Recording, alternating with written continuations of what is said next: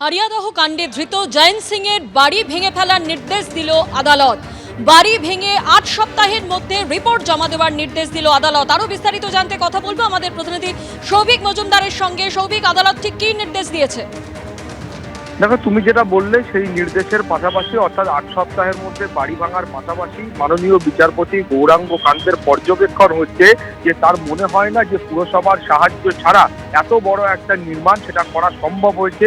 এবং তার বক্তব্য হলো যে আমরা বিচারপতিরা এখানে বসে আছি বলে আমাদের অন্ধ মনে করবেন না, কোথায় কি হচ্ছে সেই সম্পর্কে আমাদের সম্যক জ্ঞান রয়েছে। এই মর্মে মাননীয় বিচারপতি গৌরাঙ্গ কান্ত তিনি মন্তব্য করেন এবং তিনি বলেন যে এত বড় নির্মাণ যখন হচ্ছিল সেই সময় পুরসভার আধিকারিকরা কি করছিলেন, তারা কি ঘরে বসেছিলেন।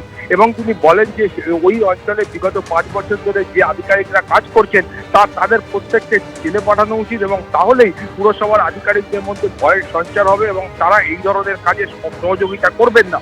ফলে এই একাধিক পর্যবেক্ষণ দিয়ে মামলার নিষ্পত্তি করা হচ্ছে। আপাততভাবে আগামী ৮ সপ্তাহের মধ্যে বাড়ি ভেঙে সেই রিপোর্ট কামারহাটি পুরসভাকে কলকাতা হাইকোর্টে পেশ করতে হবে। সোনালী, ধন্যবাদ সৌভিক।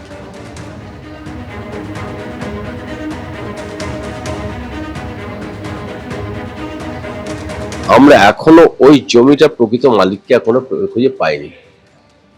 যেই করে থাকুক বেআইনি করেছে এবং তার জন্য আমরা তাদেরকে নোটিশ দিয়েছি। নোটিশে পাওয়া দেওয়ার লোক ছিল না, আমরা সেই নোটিশ গেটে ছাপিয়ে করে সেটে দিয়েছি। ইত্যাদি ইত্যাদি যা করার আমরা করেছি।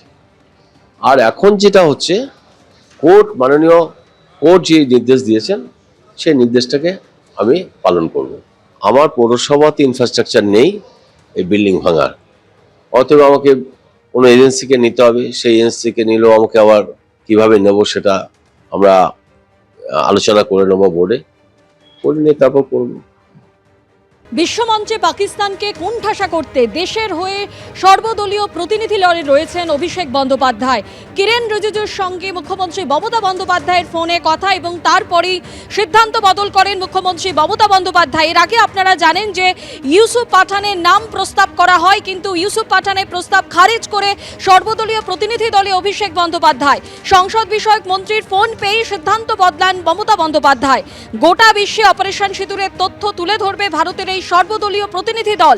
তৃণমূল কংগ্রেসকে না জানিয়ে প্রতিনিধি দলে ইউসুফ পাঠানের নাম যোগ করা হয়। তখন প্রতিনিধি দলে কোনো সাংসদকেই না পাঠানোর সিদ্ধান্ত নেয় তৃণমূল।